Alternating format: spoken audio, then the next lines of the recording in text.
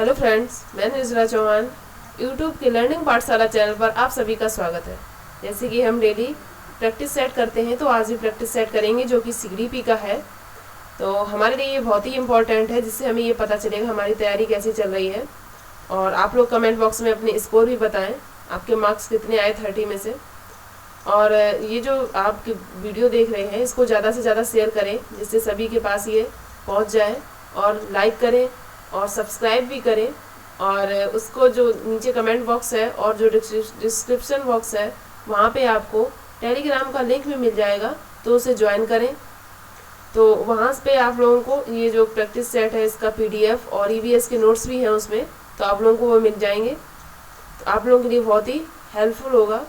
तो हम अपना ये जो सीरीज़ है वो स्टार्ट करते हैं। क्वेश्चन नंबर फर्स्ट है कि निम्नलिखित में से कौन सा शिक्षक की भूमिका का सबसे अच्छा वर्णन करता है। ये जो हमें ऑप्शन दिए गए हैं, इनमें से हमें ये बताना है कि कौन सा जो ऑप्शन है वो शिक्षक की भूमिका का सबसे अच्छा वर्णन करता है। या ए है आराम के लिए जगह बनाना, जहाँ बच्चे संवाद और पूछताछ के माध्यम से सीखते हैं। या कक्षा में शिक्षक की सबसे महत्वपूर्ण भूमिका अनुशासन को बनाए रखना है, अनुशासन ज़्यादा नहीं दिखाना है। एक शिक्षक को निर्धारित पाठ्यपुस्तक का पालन करना चाहिए, सिर्फ पाठ्यपुस्तक का निर्धारित पालन नहीं करना चाहिए, सभी को लेकर चलना चाहिए। एक्टिविटी भी हो, पाठ्यपुस्तक भी हो, अन्य सामग्रियां भी हों। पाठ्यक्रम को समय पर पूरा करने के साथ साथ दोहराने के लिए पर्याप्त समय देना महत्वपूर्ण है। तो हमारा जो सबसे अच्छा पॉइंट है कि आराम के लिए जगह बनाना, मतलब सही एक जगह बना लेना जहाँ पर बच्चे ठीक से बैठ सकें, जहाँ बच्चे संवाद और पूछताछ के माध्यम से सीखते हैं। तो ये हमारा ए ऑप्शन सही हो जाएगा कि बच्चे जब आराम से बैठेंगे तभी उनका पढ़ने में मन लगेगा। तो सही जगह बनाकर वहाँ बच्चे संवाद और पूछताछ के माध्यम से सीखते हैं। तो फर्स्ट का हमारा ए ऑप्शन सही हो जाएगा। अब नेक्स्ट क्वेश्चन है कि निम्नलिखित में से कौन सी कक्षा समृद्ध शिक्षा को प्रोत्साहित करती है। इसमें से पूछा गया है समृद्ध शिक्षा को कौन सी कक्षा प्रोत्साहित करती है। ए है पाठ्य पुस्तक सामग्री द्वारा संचालित, संरचित और योजनाबद्ध अधिगम वाली कक्षा। यह वह कक्षा जिसमें प्रदर्शित विभिन्न प्रकार की सामग्रियां बच्चों की पहुंच से परे हों, ताकि सामग्री लंबे समय तक चलती रहे। सी है वह कक्षा जिसमें खुली गतिविधि कोने हों और विभिन्न प्रकार के बाल साहित्य खुली ताक सेल्फ में रखे हों, जो दिन में किसी भी समय प्राप्त किया जा सके। या ऑप्शन डी है अलमारी में अच्छी तरह संगठित सामग्री वाली कक्षा, जहां सामग्री को सप्ताह में एक बार मुफ्त खेल के लिए बाहर लाया जाता है। तो सिर्फ एक बार बाहर लाना तो ये तो ठीक नहीं है कि बच्चे जब मन करे तब पढ़े, ऐसी जगह रखी होनी चाहिए।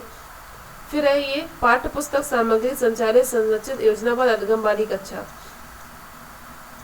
तो पाठ्य पुस्तक सिर्फ संचालित संरचित हो तो ये भी सही नहीं है। समृद्ध कक्षा जो समृद्ध शिक्षा को प्रोत्साहित करती है वो कक्षा बतानी है।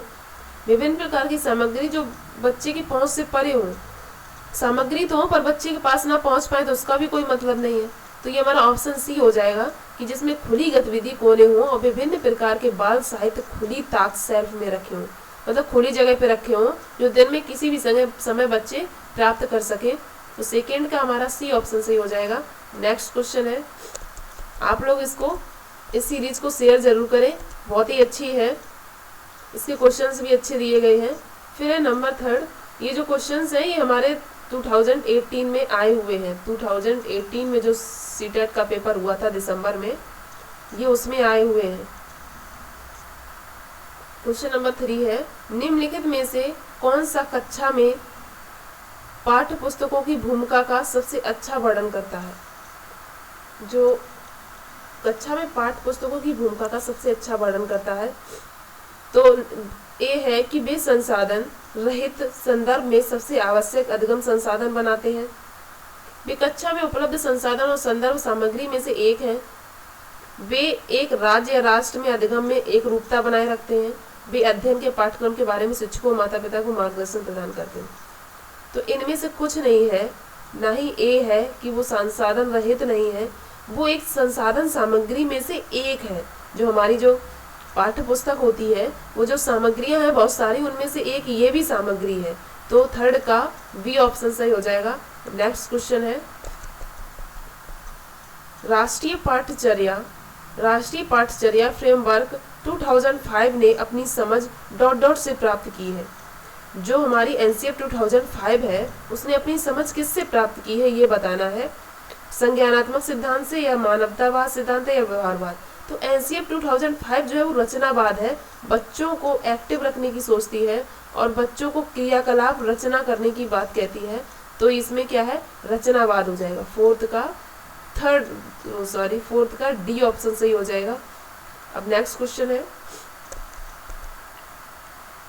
कक्षा में बच्चों को प्रेरित समझा जा सकता है यदि, बच्चों को कक्षा में कैसे प्रेरित समझा जा सकता है? यदि वे शिक्षक के स्पष्टीकरण प्राप्त करने के लिए प्रश्न पूछते हैं, वे अच्छी तरह से वर्दी स्कूल में आते हैं, वर्दी पहने स्कूल में आते हैं, या वे कक्षा में अनुशासन बनाए रखते हैं, या वे सभी उपस्थिति में नियमित है।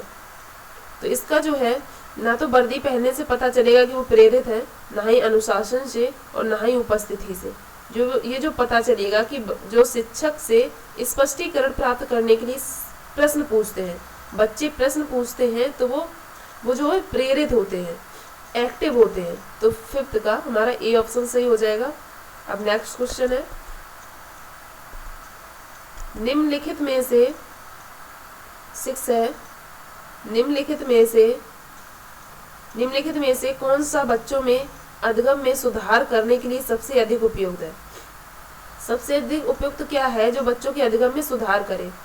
ए है कि शिक्षक को वास्तविक जीवन स्थितियों पर बच्चों को एक दूसरे के साथ बातचीत करने में मदद करनी चाहिए, नियमित मूल्यांकन परीक्षा आयोजित की जानी चाहिए, या शिक्षक को विभिन्न उदाहरणों और चित्रों का उपयोग करके विषय की व्याख्या करनी चाहिए, या कक्षा में सभी प्रकार की शिक्षण सामग्री होनी चाहिए। तो इसमें से जो सबसे उपयुक्त पूछा गया है, शिक्षक को वास्तविक जीवन स्थितियों पर बच्चों को एक दूसरे के साथ बातचीत करने में मदद करनी चाहिए। तो जो बच्चों को जो सिखाया जाए, कहा गया है वास्तविक जीवन से जोड़कर सिखाया जाए, तो सबसे अच्छा जो ऑप्शन होगा वो यही होगी कि सबसे अच्छा जो उपयुक्त साधन जो है सुधार करने का, कि उन्हें वास्तविक जीवन से जोड़कर बच्चों को एक दूसरे से बात करनी दी जाए। तो 6 का हमारा ए ऑप्शन सही हो जाएगा। अब नेक्स्ट क्वेश्चन है 7 में कहा गया है कि अनुशासन जो अधिगम वातावरण में एक महत्वपूर्ण भूमिका निभाता है। अनुशासन जो है, जो अधिगम वातावरण में महत्वपूर्ण भूमिका निभाता है, किस तरह की मदद करता है? बच्चों को उनके पाठ रटकर याद करने में, या बच्चों को अपनी शिक्षा को विनियमित और मॉनिटर करने के लिए, चुप्पी साधे रहने के लिए शिक्षकों को निर्देश देने में। ये किसमें सहायक है? तो ये क्या होगा कि विनियमित मॉनिटर करने के लिए, ना ही रटकर याद करने पर कोई जोर दिया गया, ना ही चुप्पी साधने, ना ही निर्देश देने पर। तो 7 का बी ऑप्शन सही हो जाएगा। बच्चों को अपनी शिक्षा को विनियमित और मॉनिटर करने के लिए, मतलब अपनी शिक्षा को समझने के लिए, अपनी शिक्षा को मॉनिटर करने के लिए, जानने के लिए। तो इसका 7 का बी हो जाएगा। अब नेक्स्ट क्वेश्चन है 8 में कहा गया है कि आनुवंशिकता और पर्यावरण की भूमिका के बारे में निम्नलिखित में से कौन सा कथन सत्य है? आनुवंशिकता और पर्यावरण की भूमिका के बारे में कौन सा कथन सत्य है? पर्यावरण केवल बच्चे के भाषा विकास में महत्वपूर्ण भूमिका निभाता है। विकास के कुछ पहलू आनुवंशिकता और कुछ अन्य पर्यावरण से प्रभावित हैं। फिर है सीखने और प्रदर्शन के लिए एक बच्चे की क्षमता जीनों द्वारा पूरी तरह से निर्धारित होती है। फिर अच्छी देखभाल और पौष्टिक आहार बच्चे के किसी भी जन्मजात विकास को दूर कर सकता है। इसमें से 8 का कौन सा सही होगा? कि ना ही ये सही होगा कि उसकी जो जन्मजात विकास उसको दूर कर देता है, या पूरी तरह जीनों पर आधारित नहीं होता है। विकास के कुछ पहलू आनुवंशिक तथा कुछ पर्यावरण से होते हैं। तो ये ऑप्शन सही है। ना ही ये सही होगा केवल बच्चे के भाषा विकास महत्वपूर्ण पर्यावरण पर नहीं होता है। कुछ पहलू आनुवंशिक होते हैं तो कुछ पर्यावरण से प्रभावित होते हैं। तो 8 का बी ऑप्शन सही हो जाएगा। अब नेक्स्ट क्वेश्चन है 9 में कहा गया है, 9 है ये, 9 में कहा गया है निम्नलिखित में से कौन सा कथन पियाजे के सिद्धांत के अनुसार कहा नहीं जा सकता? यानी इनमें से जो ऑप्शन में जो कथन दिए गए हैं, कौन सा पियाजे के अनुसार नहीं कहा जा सकता है? बच्चे अपने पर्यावरण पर क्रिया करते हैं, बच्चे अपने पर्यावरण पर क्रिया करते हैं, विकास गुणात्मक चरणों में होता है। इसमें ये पूछा गया नहीं, कहा नहीं जा सकता, इसको ध्यान रखना। बच्चे अपनी दुनिया के बारे में ज्ञान का निर्माण उपयोग करते हैं, निरंतर अभ्यास से अधिगम होता है। तो ये जो डी ऑप्शन है ये नहीं कहा है निरंतर अभ्यास से अधिगम होता है कि उसको रटते रहो, बार बार उसको करते रहो। तो जीन पियाजे ने ये नहीं कहा है। जीन पियाजे ने ये कहा है कि बच्चे अपने पर्यावरण पर क्रिया करके सीखते हैं और विकास तो गुणात्मक होता है, ये क्वालिटेटिव चरणों में होता है। बच्चे अपनी दुनिया के बारे में ज्ञान का निर्माण उपयोग करते हैं। तो ये तीनों जो पॉइंट हैं ये जीन पियाजे ने कहे हैं और कहा नहीं जा सकता वो निरंतर अभ्यास से अधिगम होता है, ये नहीं कहा जा सकता। तो 9 का डी ऑप्शन सही है। फिर नेक्स्ट क्वेश्चन है 10 में कहा गया है कि निम्नलिखित में से कौन सी पूर्व संक्रियात्मक विचार की एक सीमा नहीं है। पूर्व संक्रियात्मक विचार की एक सीमा नहीं है। जो जीन पियाजे ने दी है कि गत्यात्मक दी है एक, फिर पूर्व संक्रियात्मक दी है, मूर्त संक्रियात्मक दी है, फिर अमूर्त संक्रियात्मक दी है। तो ये पूर्व संक्रियात्मक पूछी गई है। पूर्व संक्रियात्मक में विचार की एक सीमा नहीं है, अनुत्क्रमणीयता नहीं है, या ध्यान केंद्रित करने की प्रवृत्ति नहीं है, या प्रतीकात्मक विचार का विकास, या अहम मान्यता। तो इसका जो है कि अनुत्क्रमणीयता पूर्ण में कहाँ से आ जाएगी? पूर्ण संक्रियात्मक 0 से 2, 2 से 7, 7 से 11, 2 से 7 या 2 से 6 वर्ष में इनमें रिवर्सिबिलिटी नहीं आएगी, ना ही ध्यान केंद्रित करने की प्रवृत्ति आएगी। सीमा नहीं है पूछा गया है, कौन सी सीमा नहीं है ये पूछा गया है।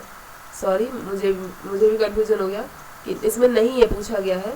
इसमें जो है सी ऑप्शन होगा कि जो प्रतीकात्मक विचार का विकास होता है, जिसमें बच्चा क्या होता है कि अमूर्त चिंतन नहीं कर पाता, अमूर्त चीज के बारे में सीखना जो सामने ना हो, अमूर्त थिंकिंग,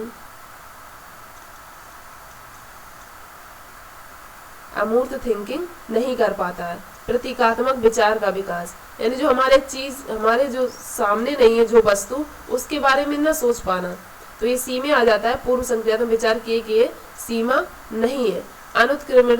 अनुत्क्रमणीयता का मतलब है रिवर्सिबिलिटी, यानी कि वो जो रिवर्सिबिलिटी है नहीं कर पाता है, ये तो बात सही है। उत्क्रमणीयता होता तो फिर गलत होता। ध्यान केंद्रित करने की प्रवृत्ति और अहम मान्यता, लेकिन ये सी ऑप्शन है, उसमें अमूर्त चिंतन नहीं होता पूर्व संक्रियात्मक में। तो 10 का हमारा सी ऑप्शन सही हो जाएगा। नेक्स्ट क्वेश्चन है, ये जो प्रतीकात्मक विचार है ये अमूर्त से रिलेटेड है कुछ, तो उस हिसाब से आपको बताया हुआ है। फिर 11 में कहा गया है, 11 में कहा गया कि डॉट के अलावा निम्नलिखित कारणों से खेल युवा बच्चों के विकास में एक महत्वपूर्ण भूमिका निभाता है। वे नए कौशल हासिल करते हैं, वह सीखते हैं उन्हें कब उपयोग किया जाए, वे अपने शरीर पर निपुणता प्राप्त करते हैं, इंद्रियों को उज्जीवित करते हैं, समय बिताने का सुखद तरीका है। तो ये जो के अलावा पूछा गया, के अलावा यानी जो नहीं है वो पूछा गया, जो महत्वपूर्ण भूमिका नहीं निभाता है। तो इसमें जो डी है ये महत्वपूर्ण भूमिका नहीं निभाता है, वो टाइम पास बिताने का सुखद तरीका नहीं है। इससे बच्चों की ये 3 पॉइंट जो दिए गए, इंद्रियों को उत्तेजित करना होता है, निपुणता प्राप्त करना है, वो कुछ सीखते हैं कि कब क्या उपयोग किए जाए। तो 3 ऑप्शन ये पॉजिटिव पॉइंट है और डी वाला नेगेटिव है। तो डॉट के अलावा यानी यह समय बिताने का एक सुखद तरीका है के अलावा सभी महत्वपूर्ण है। तो 11 का डी सही हो जाएगा। के अलावा जिसमें आता है वो नहीं के सेंस में ही होता है, इसको ध्यान रखना। के अलावा और नहीं को हमेशा इससे कंफ्यूजन हो जाता है। तो डी ऑप्शन 11 का सही हो जाएगा। नेक्स्ट क्वेश्चन है 12 में कहा गया निम्नलिखित में से कौन सा प्रश्न बच्चों को गंभीर रूप से सोचने के लिए आमंत्रित करता है। निम्नलिखित में से कौन सा प्रश्न बच्चों को गंभीर रूप से सोचने के लिए आमंत्रित करता है। विभिन्न तरीकों से हम इसे कैसे हल कर सकते हैं, क्या आप इसका उत्तर जानते हैं, सही जवाब क्या है, क्या आप इसी तरह की स्थिति के बारे में सोच सकते हैं। तो 12 का कौन सा सही होगा कि जब वो प्रश्न बच्चों को गंभीर रूप से सोचने के लिए आमंत्रित करता है तो विभिन्न तरीकों से हम इसे कैसे हल कर सकते हैं। ये सबसे बेस्ट तरीका है कि वो ये सोचे कि इसे नए तरीके से या दूसरे तरीके से, इससे तो हम सॉल्व कर ही सकते हैं, दूसरे नई तरीके से कैसे सॉल्व कर सकते हैं। तो 12 का ए सही हो जाएगा। नेक्स्ट क्वेश्चन है 13 में है कि निम्नलिखित में से कौन सा विकल्प प्रगतिशील शिक्षा का सबसे अच्छा वर्णन करता है? प्रगतिशील शिक्षा के बारे में पूछा गया है। परियोजना विधि क्षमता समूह बनाना रैंकिंग, ये तो नहीं है। करके सीखना, परियोजना विधि सहयोग से सीखना, ये तो सही ऑप्शन लग रहा है। आगे देखते हैं। थीमेटिक इकाइयों, नियमित इकाई परीक्षण रैंकिंग, व्यक्तिगत अधिगम, क्षमता समूह बनाना, छात्रों की लेबलिंग। तो ना ही लेबलिंग करनी है, ना ही नियमित इकाई परीक्षण, वो करके सीखे। प्रगतिशील की शिक्षा क्या है? जो करके सीखे, परियोजना विधि सहयोग से सीखना। तो 13 का बी सही हो जाएगा। जहाँ पे करके सीखना हो जाता है वहां पे ऑप्शन हमेशा सही होता है, तो 13 का बी होगा। अगर नहीं लगा हो तो करके सीखना नहीं होगा, क्योंकि अगर नहीं पूछते तो फिर तो और ऑप्शन दिए गए, तो इसमें तो 3 नहीं वाले हैं, पर इसमें 3 दिए जाते सही वाले और 1 गलत वाला। तो 13 का बी ऑप्शन होगा। अब नेक्स्ट क्वेश्चन है, इसको सीरीज को आप लोग शेयर कर दें जिससे सभी लोगों के पास ये पहुंच जाए, और लाइक भी करें। प्रगतिशील शिक्षा के बारे में नेक्स्ट क्वेश्चन है 14। प्रगतिशील शिक्षा के बारे में निम्नलिखित में से कौन सा कथन बताता है शिक्षा स्वयं ही जीवन है? जीवन सच्चा शिक्षक है। स्कूल शिक्षा को यथासंभव लंबे समय तक जारी रखना चाहिए। स्कूलों की आवश्यकता नहीं है, बच्चे अपने जीवन के अनुभवों से सीख सकते हैं। स्कूल में शिक्षा सामाजिक और प्राकृतिक दुनिया को प्रतिबंधित करती है। यानी 14 का डी सही होगा, जिसमें ऐसा तो नहीं कि स्कूल की जरूरत ही नहीं है, यह लंबे समय तक जारी रखा जाए। यह जीवन सच्चा शिक्षक है। शिक्षक की भी जरूरत पड़ती है, विद्यालय की भी पड़ती है। स्कूल में शिक्षा सामाजिक और प्राकृतिक दुनिया को प्रतिबंधित करे, तो 14 का हमारा डी ऑप्शन सही हो जाएगा। अब नेक्स्ट क्वेश्चन है 15 में कहा गया कि कोलबर्ग के सिद्धांत के योगदान के रूप में निम्नलिखित में से किसे माना जा सकता है? कोलबर्ग के सिद्धांत के योगदान के रूप में निम्नलिखित में से किसे माना जा सकता है? उनका विश्वास है कि बच्चे नैतिक दार्शनिक हैं। उनके सिद्धांत के संज्ञानात्मक परिपक्वता और नैतिक परिपक्वता के बीच एक सहयोग का समर्थन किया है। इस सिद्धांत में विस्तृत परीक्षण प्रक्रियाएं हैं। यह नैतिक तर्क और कार्रवाई के बीच एक स्पष्ट संबंध स्थापित करता है। तो 15 का कौन सा ऑप्शन सही होगा? जो उनके सिद्धांत की संज्ञानात्मक परिपक्वता और नैतिक परिपक्वता के बीच सहयोग का समर्थन किया है। यानी कि जो कोलबर्ग है, संज्ञानात्मक परिपक्वता और नैतिक परिपक्वता के बीच सहयोग का संबंध का समर्थन किया है, तो इसका बी ऑप्शन सही हो जाएगा। ये विश्वास है कि बच्चे नैतिक दार्शनिक है, ये नहीं होगा। ना ही सिद्धांत के विस्तृत परीक्षण, ना ही नैतिक तर्क कार्रवाई के बीच इस पर संबंध स्थापित करना ही होगा। तो 15 का बी ऑप्शन सही है। अब नेक्स्ट क्वेश्चन है, ये बहुत ही अच्छे क्वेश्चन है, आप लोग जरूर सॉल्व करें और सभी को ज्यादा से ज्यादा शेयर करें। 16 में कि निकटवर्ती विकास का क्षेत्र संदर्भित करता है। निकटवर्ती विकास का क्षेत्र निकटवर्ती विकास का क्षेत्र संदर्भित करता है उस सीखने के बिंदु को जब सहयोग वापस लिया जा सकता है, उस चरण को जब अधिकतम विकास संभव है, उस विकासात्मक चरणों को जब बच्चा सीखने की पूरी जिम्मेदारी लेता है, एक संदर्भ को जिसमें बच्चे सहयोग के सही स्तर के साथ कोई कार्य लगभग स्वयं कर सकते हैं। तो इसमें क्या है कि जो निकटवर्ती जो पूछा गया है, ये स्कैफोल्डिंग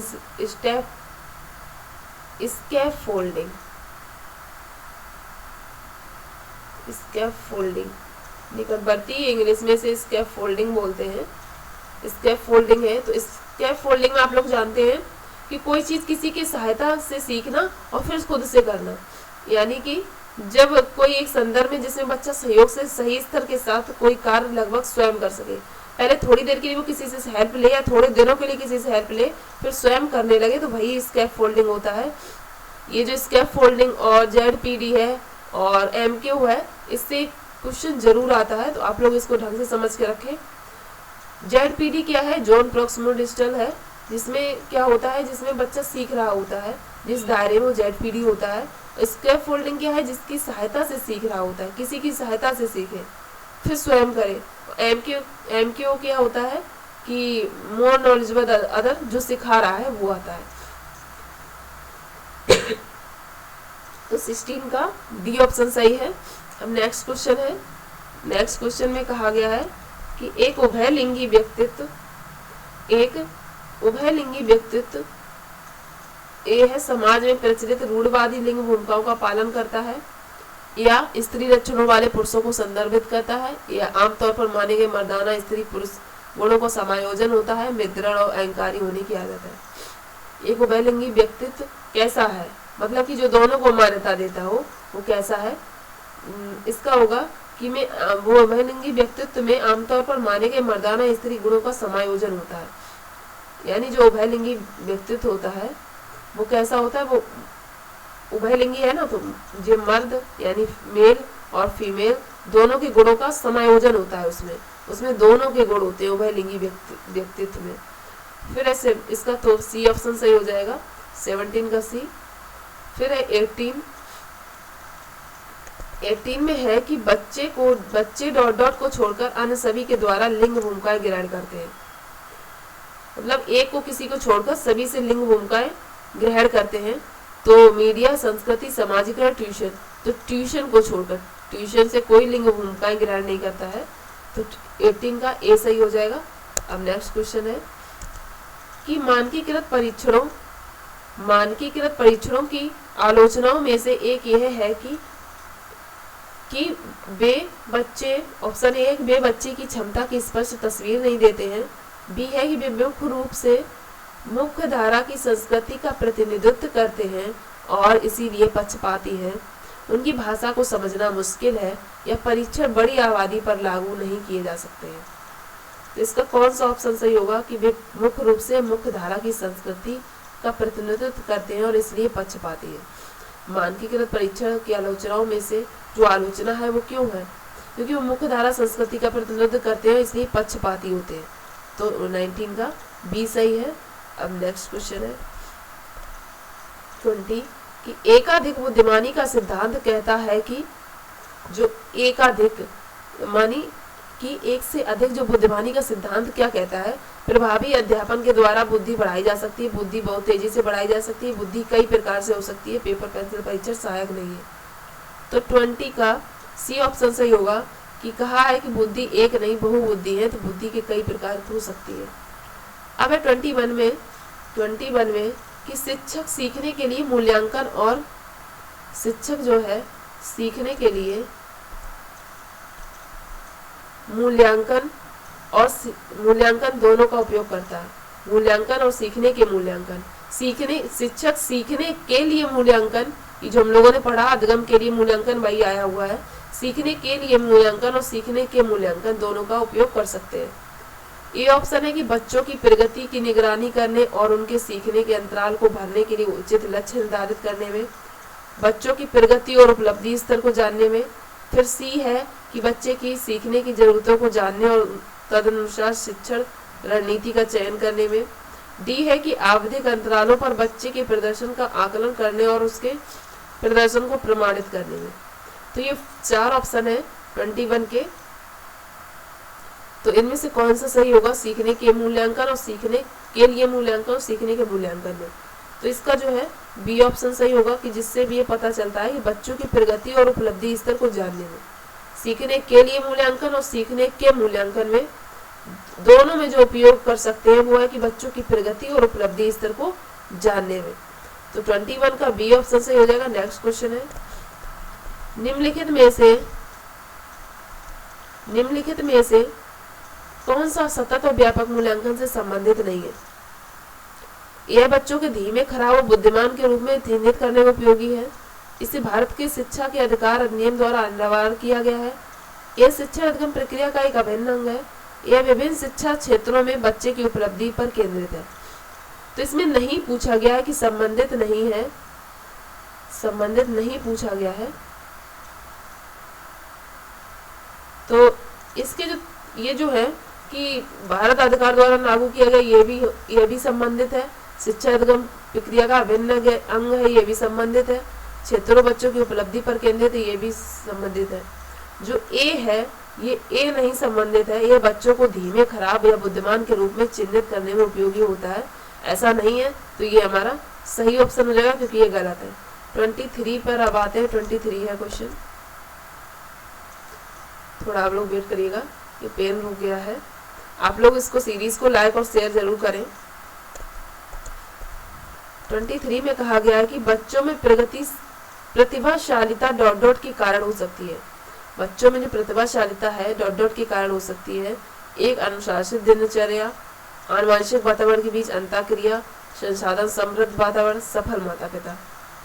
तो इसका जो है सबसे बेस्ट ऑप्शन है कि आनुवंशिक वातावरण के बीच अंतःक्रिया सही हो तो बच्चा प्रतिभाशालिता के कारण हो सकती है। बच्चों में प्रतिभाशालिता का एक ये कारण हो सकता है। आनुवंशिक अनुशासित दिनचर्या नहीं होगी, ना ही संसाधन समृद्ध वातावरण, ना ही सफल माता पिता। आनुवंशिकता और वातावरण प्रतिभाशालिता का कारण है। तो 23 का बी ऑप्शन सही हो जाएगा। अब नेक्स्ट क्वेश्चन है कि सामाजिक आर्थिक रूप से वंचित पृष्ठभूमि से आने वाले बच्चों को कक्षा के माहौल की आवश्यकता होती है। सामाजिक आर्थिक रूप से वंचित पृष्ठभूमि से आने वाले बच्चों को कक्षा के माहौल की आवश्यकता होती है। जो ऑप्शन है कि बच्चों को उनकी क्षमताओं के आधार पर वर्गीकृत करना है, उन्हें अच्छा व्यवहार सिखाता है, उनके सांस्कृतिक और भाषाई ज्ञान को महत्व देता है तथा उनका उपयोग करता है। ऑप्शन डी है कि उनकी भाषा के उपयोग को हतोत्साहित करता है ताकि वे मुख्य धारा की भी भाषा सीख सके। तो किसी के लिए हतोत्साहित नहीं करना है हमें, तो ये ऑप्शन नहीं होगा। उन्हें अच्छा व्यवहार सिखाता है, नहीं ये होगा। क्षमताओं के आधार पर वर्गीकृत भी नहीं करना है। उनके सांस्कृतिक और भाषाई ज्ञान को महत्व देता है तो उनका उपयोग करता है। तो 24 का सी होगा। उनकी जो भाषा है उनको हमेशा हमें क्या है, महत्व देना है, महत्व देना है। तो 24 का सी सही हो जाएगा। अब नेक्स्ट क्वेश्चन है 25, कक्षा में सृजनात्मक और प्रतिभाशाली बच्चों के लिए आवश्यक हस्तक्षेप निर्भर करता है। ए है उन्हें अन्य बच्चों को पढ़ाने की जिम्मेदारी देने पर, या शिक्षक द्वारा अनुकूलित और प्रेरक निर्देशन तरीकों के उपयोग पर, या उन्हें अतिरिक्त समय दिए जाने पर, उनके प्रति स्नेही होने के नाते पर। जो सृजनात्मक प्रतिभाशाली बच्चों के लिए आवश्यक हस्तक्षेप निर्भर करता है वो क्या है, ऑप्शन में से पूछा गया है। उन्हें अन्य बच्चों को पढ़ाने की जिम्मेदारी देने पर, ये नहीं है कि उनके ऊपर जिम्मेदारी डालो। अनुकूलित प्रेरक निर्देश तरीकों से उपयोग पर, ये सही है। उनके अतिरिक्त समय दिए जाने पर, समय सबको बराबर देना चाहिए और इसने भी सबको बराबर देना चाहिए। तो इसका जो बी ऑप्शन सही हो जाएगा 25 का, शिक्षक द्वारा अनुकूलित और प्रेरक निर्देशन तरीकों के उपयोग पर। तो 25 का बी ऑप्शन सही है। अब नेक्स्ट क्वेश्चन है, सभी को समय इसने या सबको बराबर देना, ये नहीं वो होशियार है तो उसको ज्यादा दे या उसको समय ज्यादा दे। फिर 26 है कि अति संवेदनशील बच्चों को सीखने में मदद करने के लिए निम्नलिखित में से कौन सा तरीका उपयुक्त तरीका नहीं है। बेचैन होने पर अक्सर उन्हें फटकार लगाना उपयुक्त तरीका नहीं पूछा गया है। बेचैन होने पर अक्सर उन्हें फटकार लगाना, एक कार से छोटे प्रबंधनीय खंडों में तोड़ना, ये तो अच्छा ऑप्शन है, नहीं वाला पूछा गया है। अधगम के वैकल्पिक तरीकों की पेशकश, उनके दैनिक कार्यक्रम, शारीरिक गतिविधि का समावेश। तो बी, सी और डी हमारे ये जो है पॉजिटिव पॉइंट है, ये सही है। हमसे नहीं पूछा गया है, उन्हें फटकार नहीं लगानी है। तो 26 का ए ऑप्शन सही हो जाएगा। अब नेक्स्ट क्वेश्चन है 27 कि अलग अलग सोच वाले पैटर्न उन बच्चों की पहचान करते हैं। जो अलग अलग सोच वाले पैटर्न है उन बच्चों की पहचान करते हैं। तो कौन सा होगा, प्रत्यास्थी है, विकलांग है, डिसलेक्सिक है या सृजनात्मक है। तो ये क्या होगा, डी हो जाएगा। जो अलग अलग तरीके से सोच सकते हैं बच्चे वो सृजनात्मक होते हैं। तो इसका 27 का डी हो जाएगा। यानी डाइवर्जेंट थिंकिंग जिनकी होती है वो सृजनात्मक बच्चे होते हैं। 27 का डी। फिर 28 कि निम्नलिखित में से कौन सा शिक्षक कक्षा में बच्चों के लिए समस्या हल करने के लिए, निम्नलिखित में से कौन सा शिक्षक कक्षा में बच्चों के लिए समस्या हल करने के तरीके का वर्णन नहीं कर सकता है। यानी अभिसरण उत्तरों वाले प्रश्न पूछना, या किसी विशेष समस्या को हल करने के बारे में अपनी विचार प्रक्रियाओं पर चर्चा करना, या फिर कुछ हल करते समय गलतियों को करने के प्रति ईमानदार रहना, या ऑप्शन डी सोच विचार परीक्षण और विभिन्न उत्तरों जैसी शब्दावली का प्रयोग करना। तो इसमें से कौन सा सही होगा, तो ये जो है कि वर्णन नहीं कर सकता है, ये पूछा गया है। वर्णन नहीं वाले में हमेशा ध्यान रखें, गलत हो जाता है कभी कभी, हम लोग नहीं पे ध्यान नहीं देते हैं। शिक्षक कक्षा में बच्चों के लिए समस्या हल करने के तरीके का वर्णन नहीं कर सकता है। तो ये जो है कि चर्चा परिचर्चा हो तो इससे भी हल कर सकता है। गलतियों करने की ईमानदार रहना, ये भी सही है। परीक्षण प्रयोग सोच विचार के द्वारा, लेकिन अभिसरण क्या होता है, कन्वर्जेंट थिंकिंग होती है। ये बस ऑब्जेक्टिव बारे क्वेश्चन होते हैं, मतलब जैसे हम लोग ऑप्शन में लगा रहे हैं, सिर्फ इसमें जो दिया गया उसी पर हम टिक कर सकते हैं, उन्हीं 4 में से एक पे, अपने मन से कुछ नहीं लिख सकते हैं। तो जो अभिसरण उत्तर वाले प्रश्न जो पूछना है, ये क्या है, ये बच्चों के ये कौन सा शिक्षक कक्षा में बच्चों के लिए समस्या हल करने के तरीके का वर्णन नहीं कर सकता है। इससे जो समस्या हल का वर्णन नहीं किया जा सकता, इससे समस्या हल नहीं की जा सकती अभिसरण उत्तर वाले प्रश्न पूछने से। इसमें नहीं पूछा गया, इसलिए हमारा 28 का ए सही हो जाएगा। अब नेक्स्ट क्वेश्चन है 29।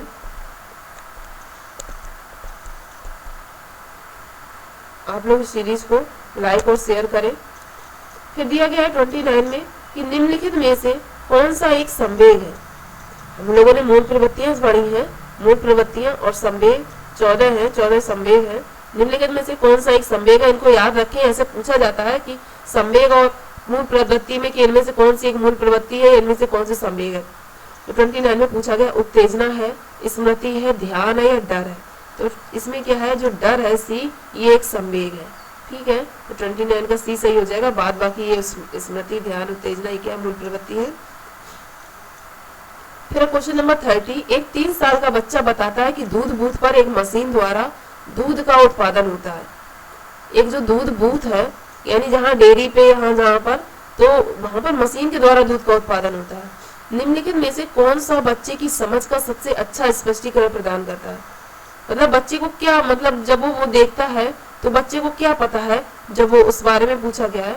ये है बच्चे का परिवार बच्चे को प्रेरक वातावरण प्रदान नहीं करता है, या बच्चे को दुनिया का बहुत सीमित अनावरण ज्ञान है, या बच्चे का जवाब दूध बूथ से दूध खरीदने के अपने अनुभव पर आधारित है, या बच्चे ने गायों को कभी नहीं देखा है। तो इसका क्या होगा कि ना ही कि प्रेरक नहीं है, ऐसा नहीं हो सकता, और ना ही बहुत सीमित है। इसका मतलब है कि वो जो दूध बूथ जो वो देख रहा है, बस उसका अनुभव बता रहा है वो। तो 30 का सी ऑप्शन सही हो जाएगा।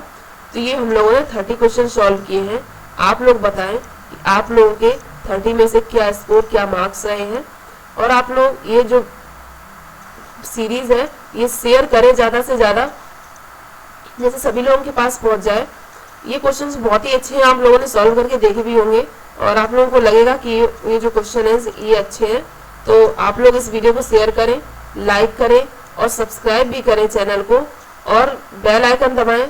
और यहाँ पर जो कमेंट बॉक्स है और डिस्क्रिप्शन दोनों में आपको मिल जाएगा, लिंक मिल जाएगा टेलीग्राम का लिंक मिल जाएगा। तो आप उसको सब्सक्राइब करें, उसको भी ज्वाइन करें। तो आप लोगों के लिए ऐसे ही हम ये जो वीडियो है ये लाते रहेंगे। तो आप लोग इसको ज्यादा से ज्यादा शेयर करें, मुझे ही मोटिवेशन मिलेगा। बहुत बहुत धन्यवाद।